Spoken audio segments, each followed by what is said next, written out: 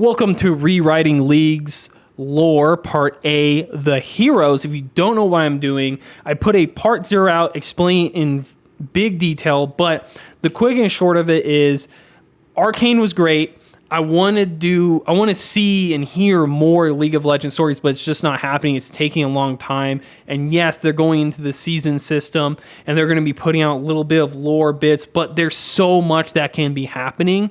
And I feel like it needs to be more developed, and because there's so much good that's going on. Arcane clearly showed that. So I am doing this kind of brainstorming session right now to talk with the community, to share my ideas, to get more ideas, to try to make a parallel universe story of League of Legends that isn't like the School Academy project, KDA, etc. Like, this is just, I want it to be like a first go at the community idea of making a League of Legends story and, you know, kind of changing some stuff, making it a little bit different and having it flow a little bit better and have it be a little less confusing. So I'm going to get into it. These are going to be the ideas for the heroes, the protagonists that I have made. So first up is Ezreal. Now, Ezreal is this cool Indiana Jones-like character, and I want him to connect a lot of pieces and be a pivotal character. Like, this is the guy that has a lot of connections. A lot of people turn to him. The fact that he got an invitation to the Black Rose is just very clear that his artifact is really strong and himself is resourceful. Now, I want him to be this bad boy, like very irresponsible character at first, and I want him to kind of jumpstart a lot of bad events. Like, how does he get his gauntlet? I think it would be cool if he steals that artifact from Nasus and releasing Nasus back into Shurima, and that's like the first big like Shurima event that happens in years, and it's all because Ezreal's being stupid. And following that up is him meeting Lux, and that's kind of the big event that really pushes him over the edge, where he goes, maybe I shouldn't be just this stupid guy doing whatever I want. I see this girl, like, she's pretty great. Maybe I should try to be better. And so he goes over the top trying to be the hero, and he sort of causes more problems, causing more problems than he solves. That's kind of the general direction I want for the character. If you have a different idea, let me know. It's kind of the whole point of this brain.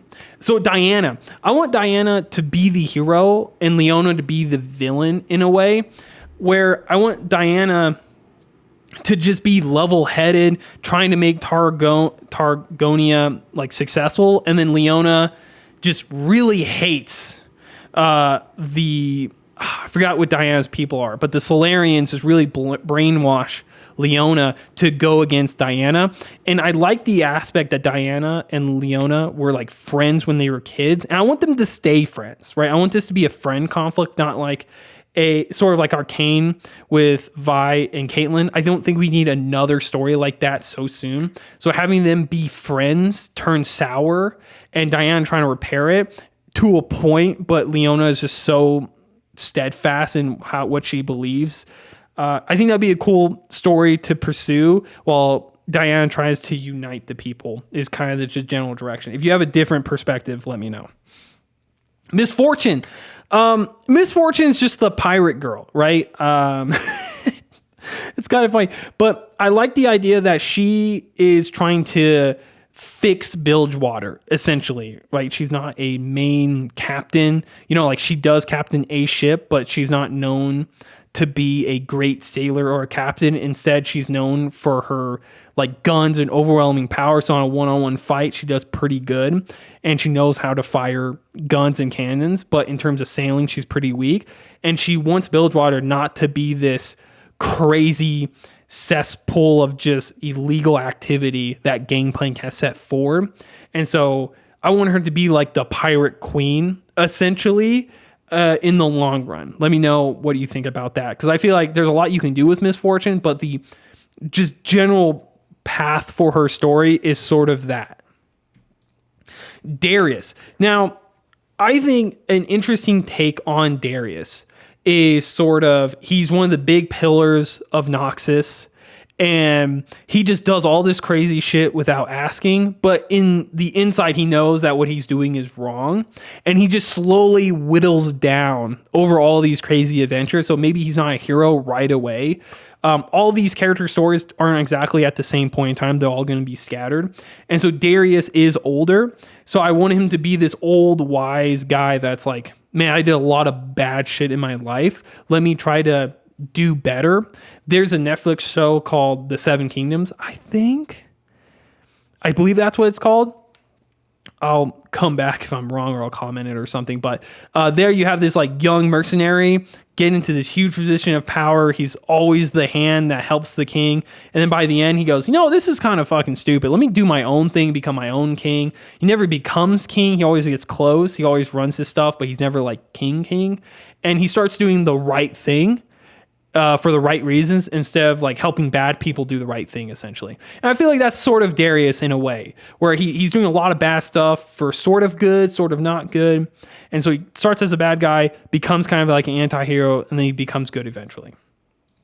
Garen, I want him to be the opposite of Darius, kind of like how he is right now. I think a lot of stuff that I've heard about Garen and read makes him seem to be this loyal soldier that'll do no matter what happens. Like, he'll do whatever is needed for the kingdom, no matter how horrible. And I think that Garen should be sort of brainwashed in the beginning, where it's like, I am a good soldier, I'll do whatever you want. And when he gets to the point of leadership, he gets told like, oh, you should be using these skills, you mean make these critical decisions. And so he does the right thing at one critical moment. And then everyone disciplines him for that. And he goes, what the fuck? That's crazy.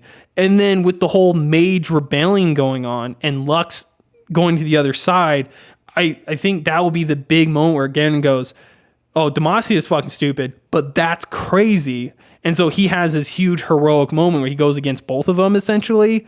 But there's this huge gray area. I think that would be really cool. And then really focusing on his relationship with Katarina eventually, to make it more fun and more complicated. That's kind of the general idea. I know that might be too mainline, not a lot of change, but the actual story I want to be different. Like, I don't know if Garen becomes sort of like Darius, where he's like a pillar for Demacia instead, but we'll see. Let me know. Echo. So I saved Echo a little later. If you don't know, I made Arcane essentially canon for the most part.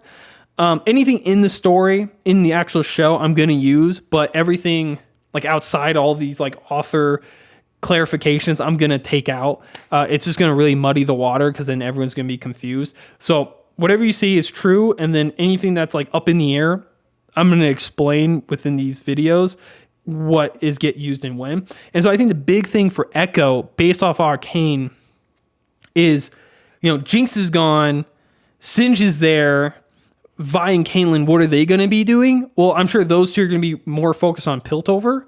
And so I want Echo to be the Zon superhero, essentially, right? Where like the first days are tough and he builds his whole unit to help him take down these big threats. Bigger threats come. And so he needs to build that Z drive again to reverse time. And then that's when he really starts taking down the big guys, facing people like Dr. Mundo, Urgot, and any other crazy monsters that Singe throws his way. And once Echo sort of gets wrapped up in being the hero, he gets thrown into this big mission. I don't know what the big mission will be, but that's when I want him to go do other stuff. And then Zeri steps in to be the next hero. Like, that's kind of the progression that I want to see. Because that would just be really cool, right? That's a good way to get a new champion into Zon to do what Echo did, but differently. And that's a good way for Echo to actually become a bigger hero. I think Echo's a huge hero, just like Ezreal. Like, these are big protagonists in the world of League of Legends. And so I really want to use him as such. And the first thing is like solidify himself as a big guy in Zon and then get him out of there. Ashe and Freyord, I feel like they have some of the vast selection of champions and history and stories. And I have a lot of complications with it. Like, I don't really agree with some of them. I think like I'm okay with it. I'll accept it for the story. But when we're rewriting it, I think we have to tackle the history. And I think the big thing I want to tackle for Ashe is I would love for Ashe and Sejuani, like them to be sisters, but Sejuani takes over the general population as a ruler. Lysandra is this like dark queen that is ruling over specific people as like a cult leader. And then Ash is a part of this small community that's just trying to live and be out of this big conflict where Sejuani and Lysandra have been fighting for years, right? Like Sejuani's family has just forever hated what Lysandra has done. And so Ash is like this hidden relative of the original three sisters, and she's trying to build everyone together. But I don't want her to be like this big like political figure, right? I think Sejuani should be that. Like she marries people to gain power and all that stuff. I want Ash just to be this badass character where it's like her against the world, and she has this great true ice magical bow that she got from Anivia, for example, right? Like just playing on the facts of the characters and change it. And one of the biggest things I would like to change with Ash's story is her not marrying Tryndamere. At least not right away, right? I think that's like jumping the gun a lot. But I think Tryndamere should be a big, legitimate threat. Like, I think Tryndamere should be the opposite of Ash, where Ash is slowly building favor and people are starting to think she should be queen. Well, Tryndamere is, I want to be king. And so he forcefully starts taking away followers from everyone as people just really believe in the might of Tryndamere. I think that would be a really cool story. Let me know if you had a different idea or what you think should be a cool idea that we should run with Ash. And then the last one's Yasuo. Yasuo is always a frustrating character for me because I think a lot of people like to keep him as the wanderer, the self-driven guy. He's just the self-made enemy kind of guy. I would love for Yasuo to basically be the like, oh, I'm so good, I don't need help, spiraled into like anti-hero, very negative, just kills people because he's just tired of the conflict. And he just slowly becomes this grand hero. And then he fails. And then he just like he has this big moment, and then he wasn't the hero that was able to save everyone, and so then he just fails, right? And that's kind of like this big story progression over a long term that I see for Yasuo, like because they released the old skin of Yasuo, and I would just love to see, like, how do you get there, right? Is the big question, and I kind of like the version of old Yasuo, but I don't like that he's still just a wanderer. I would love for him to be still like this great hero, kind of like Odysseus, right? He goes on these big journeys and it's just he can't find his way home, but he really doesn't have a home. So that's sort of the idea that I have for Yasuo, essentially. At the end of the day, I think that's all the heroes that I have. Let me know what you think of kind of what I talked about, or if there's a hero that we should talk about. These are the first heroes that are going to jumpstart the story. If you don't know, or if you haven't watched part 0 yet, right, is I want to separate it into like 3 big bits of like the current lore. I guess you could call it, like I said, I was going to do sagas, arcs, and then like books or videos of those stories. And I think there should be 3 big sagas, right? You have Ruination, you have maybe the Void Second Coming, you have Mordekaiser coming back, right? Like these are like some of the big moments that I'm thinking about bringing in and kind of working around. And so I really want to have like 3 phases of champions and their heroes and their stories, and kind of sunsetting some of them and using them as helpers later on is sort of the general idea.